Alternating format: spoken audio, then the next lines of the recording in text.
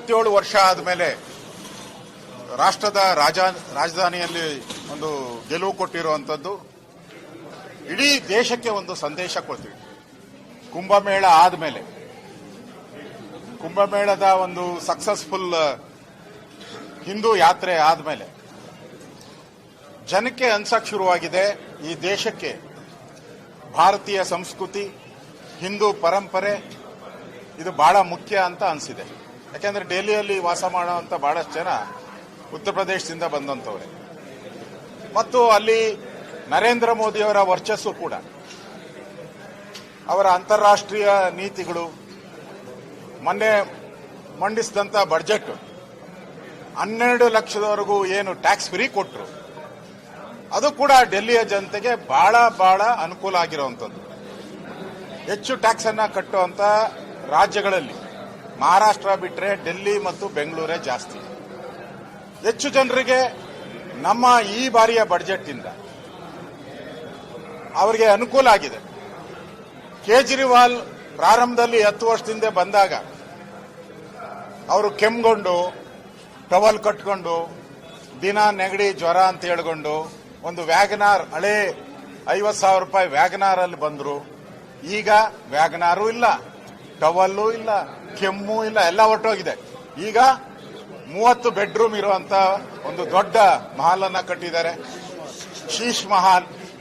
ಆಮೇಲೆ ಅದು ನಮ್ಮೆಲ್ಲರ ಮನೆಯಲ್ಲಿ 5 ಲಕ್ಷ 2 ಲಕ್ಷ ಟಿವಿಗಳಿದ್ರೆ ಅದು 40 ಲಕ್ಷ ಸರ್ಕಾರಿ ದುಡ್ಡಲ್ಲಿ, ಅವ್ರ ಅಪ್ಪನ ಮನೆ ದುಡ್ಡಲ್ಲ, ಕೇಜ್ರಿವಾಲ್ ಅಪ್ಪನ ಮನೆ ದುಡ್ಡಲ್ಲ, ಸರ್ಕಾರದ ದುಡ್ಡಲ್ಲಿ, ದೆಹಲಿಯ ಜನತೆಯ ಟ್ಯಾಕ್ಸ್ ಪೇಯರ್ ದುಡ್ಡಲ್ಲಿ ಇವರು ಮಜಾ ಮಾಡ್ತಾ ಇದ್ದದ್ದನ್ನ ನೋಡಿದ್ಮೇಲೆ ಮತ್ತು ಯಮುನಾ ನದಿ ಮಲಿನ ಅಂತ ಹೇಳಿದ್ದು, ಗಂಗೆ ಮೇಲೆ ಅಪಮಾನ ಹೊರಿಸ್ತಂಥದ್ದು.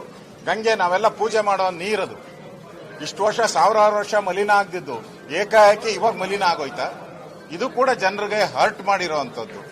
ಮತ್ತೆ ಒಬ್ಬ ಮುಖ್ಯಮಂತ್ರಿಯಾಗಿ ಜೈಲಿಗೆ ಹೋದ್ಮೇಲೆ ರಾಜೀನಾಮೆ ಕೊಟ್ಟು ಒಳಗಡೆ ಹೋಗ್ಬೇಕಾಯ್ತು. 2-3 ತಿಂಗಳು ಆಡಳಿತನೇ ಇಲ್ಲ, ಒಂದು ಫೈಲ್ಗೆ ಸೈನು ಹಾಕಿಲ್ಲ. ಮತ್ತೆ ಅಧಿಕಾರಕ್ಕೆ ಅಂಟ್ಕೊಂಡಿರುವಂತ ಕೇಜ್ರಿವಾಲ್ ಅನ್ನ ನೋಡಿದ್ದಾರೆ. ಇವೆಲ್ಲನೂ ಕೂಡ ಕೇಜ್ರಿವಾಲ್ ಹಿನ್ನಡೆಗೆ ಮತ್ತು ಯಾವ ಪಾರ್ಟಿ ಇಂಡಿ ಇವ್ರಿಗೆ ಬೆಂಬಲ ಕೊಡ್ತಾ ಇತ್ತು ಆ ಪಾರ್ಟಿ ಹೇಳಿದ್ದು ಕೇಜ್ರಿವಾಲ್ ಒಬ್ಬ ನಿಷ್ಠಾವಂತ ಸಾಮಾನ್ಯ ಒಂದು ಮುಖ್ಯಮಂತ್ರಿ ಅಂತ ಇದೇ ರಾಹುಲ್ ಗಾಂಧಿ ಹೇಳಿದ್ರು. ಈಗ ಅದೇ ರಾಹುಲ್ ಗಾಂಧಿ ಪ್ರಿಯಾಂಕಾ ಗಾಂಧಿ ಅವ್ರು ಹೇಳಿದ್ರೆ ಇನ್ನೊಬ್ಬ ದೊಡ್ಡ ಭ್ರಷ್ಟ ಅಂತ ಹೇಳಿದ್ದಾರೆ. ಈಗ ಅದೇ ಕೇಜ್ರಿವಾಲ್ ಹಿನ್ನಡೆ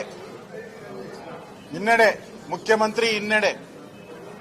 ಇಷ್ಟೆಲ್ಲ ಆದಮೇಲೆ ಜನಕ್ಕೆ ಈ ದೇಶದಲ್ಲಿ ಬಿಜೆಪಿ ಒಂದೇ ಪರ್ಯಾಯ, ನರೇಂದ್ರ ಮೋದಿಯವರ ಆಡಳಿತ.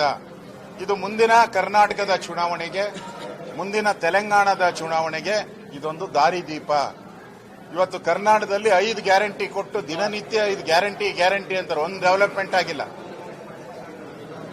ಲಾಂಡ್ ಆರ್ಡರ್ ಹಾಳಾಗೋಗಿದೆ. ಇದೇ ಕೇಜ್ರಿವಾಲ್ 25 ಫ್ರೀ ಕೊಟ್ರು, ಅವ್ರ ಸ್ಥಿತಿ ಏನಾಯ್ತು ಇವತ್ತು? 25 ಫ್ರೀ ಕೊಟ್ರು ಅವ್ರನ್ನ ಜನ ಮಕಾಡೆ ಮಲಗಿಸಿದ್ದಾರೆ. ಅಂದ್ರೆ ಇದು ದೇಶಕ್ಕೆ ದಿಕ್ಸೂಚಿ. ಈಗಾಗಲೇ ಮಹಾರಾಷ್ಟ್ರ ನಾವು ಗೆದ್ದಿದ್ದೀರಿ, ದೆಹಲಿ ಗೆದ್ದಿದ್ದೀರಿ, ಮೊನ್ನೆ ಹರಿಯಾಣದಲ್ಲಿ ಗೆದ್ದಿದ್ದೀರಿ. ಪಾರ್ಲಿಮೆಂಟ್ ಚುನಾವಣೆ ಆದ್ಮೇಲೆ ಬಿಜೆಪಿ ತನ್ನ ರಣತಂತ್ರವನ್ನ ಇನ್ನು ಬಲಾಢ್ಯ ಮಾಡೋ ಮುಖಾಂತರ ನಾವು ಈ ಗೆಲುವಿಗೆ ಬಂದಿದ್ದೀರಿ. ಈ ಗೆಲುವು ನರೇಂದ್ರ ಮೋದಿ ಅವರಿಗೆ, ಅಮಿತ್ ಶಾ ಅವರಿಗೆ, ನಡ್ಡಾ ಅವರಿಗೆ, ನಮ್ಮ ಡೆಲ್ಲಿ ಘಟಕದ ಅಧ್ಯಕ್ಷರಿಗೆ, ಕಾರ್ಯಕರ್ತರಿಗೆ ನಾನು ಅಭಿನಂದನೆ ಸಲ್ಲಿಸ್ತೀನಿ. ನೀವು ಈ ಗೆಲುವೇನು ಕೊಟ್ಟಿದ್ದೀರಾ ಅದು ಇಡೀ ದೇಶಕ್ಕೆ ಗೆಲುವನ್ನ ಕೊಟ್ಟಿದ್ದೀರಾ. ಇಡೀ ದೇಶದ ಎಲ್ಲಾ ಬಿಜೆಪಿ ಕಾರ್ಯಕರ್ತರು ನಿಮಗೆ ಅಭಾರಿಗಳಾಗಿರ್ತಾರೆ ಅನ್ನೋ ಮಾತನ್ನ ಈ ಸಂದರ್ಭದಲ್ಲಿ ಹೇಳ್ತಾ ಇದ್ದೀನಿ.